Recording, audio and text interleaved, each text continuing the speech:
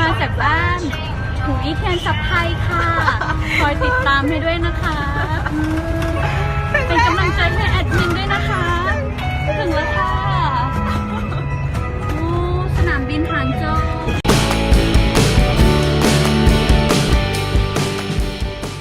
ตอนนี้มีคนเยอะแยะเลยเดี๋ยวถ่ายรูปให้ดูเขาน่ารักมากทุกคนแบบคุยกับพี่แบบสวัสดีค่ะสวัสดีค่ะว่าให้ตลกเลยตลกมากน่ารักมาก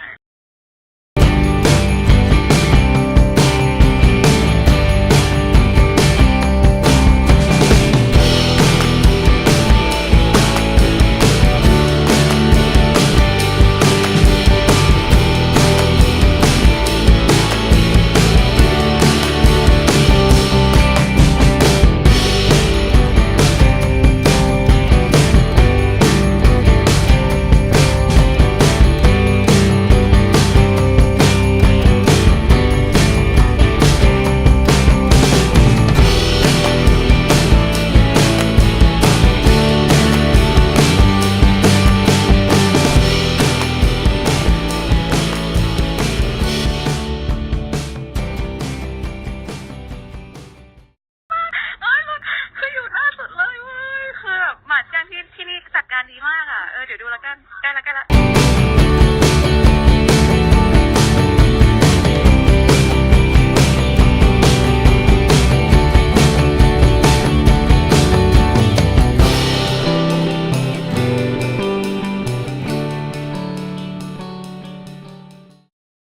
รูปอะมันอาจจะไม่ได้เยอะนะเพราะว่าให้ถ่ายได้แค่กล้องเดียวเหมือนเขานัดกันอะว่าอย่าถ่ายรูปนะอะไรอย่างเงี้ยพยายามให้เรียบร้อยที่สุดอะพยายามกันพวกนายหน้าคือมันจะมีพวกแบบนายหน้ามาถ่ายรูปอะไรเงี้ยเรากำลังกันพวกนายหน้าที่ไลฟ์สดลักษณะบินอย่างเงี้ยแล้วก็เก็บเงินมารู้ป่ะเราประเทศไทยอะโคตรอภิสิทธิ์เลยเว้ยคือเขาอะนัดกันว่าให้เราอะอย่าส่งเสียงอย่าอะไรให้ก่อเป็นกำแพงไว้ส่งจดหมายจะให้รวมกันไปส่งด้วยซ้ำแต่ว่าเห็นเรามาจากไทยเว้ยเขาเลยให้ส่งจากมือแล้วก็ให้ถ่ายรูปได้แค่คนเดียว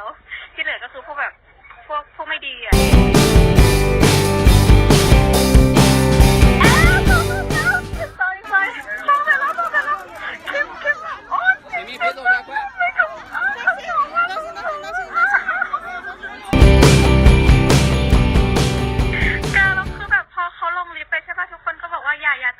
ลงบันไดเลื่อนไปอ่ะแล้วพี่ก็แบบอยู่หน้าสุดเลยเว้ยแล้วสักพักนึงเขาก็หันมาบายบายแล้วพี่ก็บายบายเขาสุดแรงมือแล้วแบบเพื่อนที่ถ่ายคลิปแต่วันสัตว์เดี๋ยวเห็นชัดเดี๋ยวดูคลิปคนอื่นแล้วแบบน่ารักมาก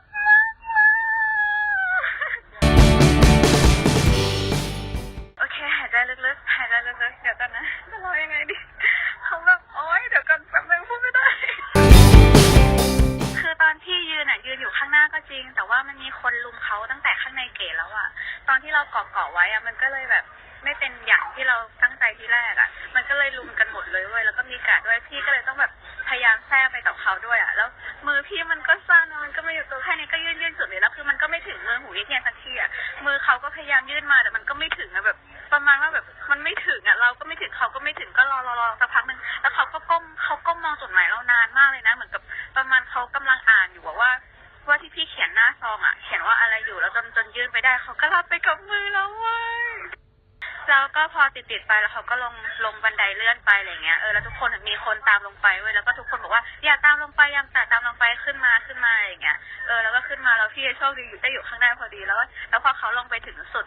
ดิบบันไดเลื่อนใช่ปะเขาก็หันมาบายบายเว้ยนี่ก็แบบโบกมือบายบายสุดเลยก็บายบายตลกมากเมื่อกี้ช่วยหามองป้าจากกับสถานีรถไฟใช่ไหมแบบมองอะไรไม่เห็นแล้วตอนนี้รู้สึกว่าในตาเป็นแต่สีชมพูแกต้องภูมิใจไว้ว่าแกเป็นคนไทยนะจุดเนี้ยคือวันนี้ดูที่หัวหน้าเขาออก VIP ใช่ป่ะเราก็เหมือนกับเขาไม่รับจดหมายใครเลยเพราะว่าเหมือนเขาดูเหนื่อยหรืออะไรสักอย่างไม่รู้แล้วก่อนที่จะรอเตรียมตัวกำลังแบบเดินข้ามกำแพงกันมนุษย์กันอยู่อะคนที่ดูแลก็เดินมาบอกพี่บอกว่าวันนี้เขาอาจจะไม่รับจดหมายกับมือนะเขาบอกเขาว่าดูเขาเหนื่อยแบบอาจจะให้ผู้จัดการแทนอะไรอย่างเงี้ยที่บอกไม่เป็นไรแบบแค่นี้ก็ขอบคุณมากแล้วอะไรอย่างเงี้ยใช่แล้วเราแม่จีนนะก็มาบอกพี่ทีหลังว่าตอนที่เขาจะลงอ่ะเขาว่าช่วยคุยกับพี่เทียนไว้ว่าวันนี้ช่วยรับจดหมายของคนไทยหน่อยนะเขาแบบตั้งใจมากเขาแบบมาหลายคนอ่ะเขียนมาให้เขาอะไรเงี้ยช่วยรับเขาหน่อยนะอะไรเงี้ยเขาแบบตั้งใจเขียนมาก มาแบบไปรอนายมา2 วันแล้วเราก็ไม่เจอสักทีเนี่ยเขาวิ่งไปวิ่งมาเหนื่อยมากแล้วก็มาจากเซี่ยงไฮ้มาหาเธอที่หางโจวช่วยรับจดหมายเขาหน่อยนะอะไรอย่างเงี้ยไม่น่าตอนที่พี่ยื่นเขาเหมือนกับเขายังไงก็รับไม่ถึงสักทีอะไรอย่างเงี้ยแล้วเขาก็ก้มมองจดหมายนานมากแบบก้มไปเดินไปอะไรอย่างเงี้ยแล้วแล้วเขาก็รับไปว่าแบบวันนี้จดหมายที่เราให้เป็นซองเดียวที่เขารับจากมือสุดยอดเลยล่ะแม่จินก็แบบเล่าให้ฟังว่าเนี่ยก็เล่าว่าแบบรู้จักพี่ได้ยังไงเจออะไรที่ไหนอะไรเงี้ยก็เล่าแล้วแบบพี่เคนก็บอกว่าเฮ้ยเธอเจ๋งไม่ว่าแบบทำไมแบบไปรู้จักเขามาได้ไงอะไรเงี้ยแล้วบอกว่านี่มันแบบเรื่องนี้เกิดขึ้นตั้งแต่เมื่อไหร่อะไรเงี้ยแล้วแม่จินก็เล่าให้ฟังด้วยว่าพี่ไปรอเขามาตั้ง2 วันแล้วก็แบบไม่เจอสักทีอะไรเงี้ยพี่เคนก็เลยบอกว่าโอเคงั้นเดี๋ยววันนี้ที่หางโจวมาไหมโอเคมาเดี๋ยวเขาจะรอรับจดหมายที่แบบโอ้ยสุดคือว่าแม่จินเพิ่งบอกเพิ่มเมื่อกี้ว่าแบบที่เขาคุยกับเขาบอกว่าคอยรับจดหมายด้วยนะคอยรับจดหมายของเด็กคนนี้ด้วยนะเด็กคนที่ใส่แว่นใส่เสื้อสีน้ำตาลคอยรับจดหมายเขาด้วยนะอะไรอย่างเงี้ยแล้วเขาก็บอกโอเคเขาเห็นแล้วเขารับจดหมายมาแล้วแล้วก็นึกได้อย่างหนึ่งที่บอกแม่จีนใช่ไหมบอกว่าฝากบอกเขาเลยนะถ้าเขามีเวลาให้เขาช่วยเปิดจดหมายจากของเราหน่อยเพราะว่าเราตั้งใจเขียนกันมากเลยแบบเราเห็นเขาเหนื่อยเขาพยายามแบบเห็นคลิปที่ซ้อมเป็นอะไรนะควยบอกควยแบบทุกคนแบบว่าสงสารเขามากแบบเห็นใจเขามากอะไรอย่างเงี้ยเราก็อยากแบบเป็นกำลังใจให้เขาแบบยิ้มออกมานิดนึงอะไรได้แค่นี้เราก็แบบดีใจแล้วอะไรเงี้ยแม่จริงก็บอกว่าเขารู้แล้วเขาแบบอย่าถึงโรงแรมเขาจะไปเปิดอ่านเขาก็ถามบอกว่าซองแฟ้มนี้ใช่ไหมที่หน้าปกเป็นวาดตัวการ์ตูนนี้ใช่ไหมเขาแบบชอบมากเลยมันตลกดีเขาบอกว่าเดี๋ยวกลับไปถึงโรงแรมเขาจะเปิดดูแล้วก็อยากบอกว่าพี่เทียนเขารู้นะคะว่า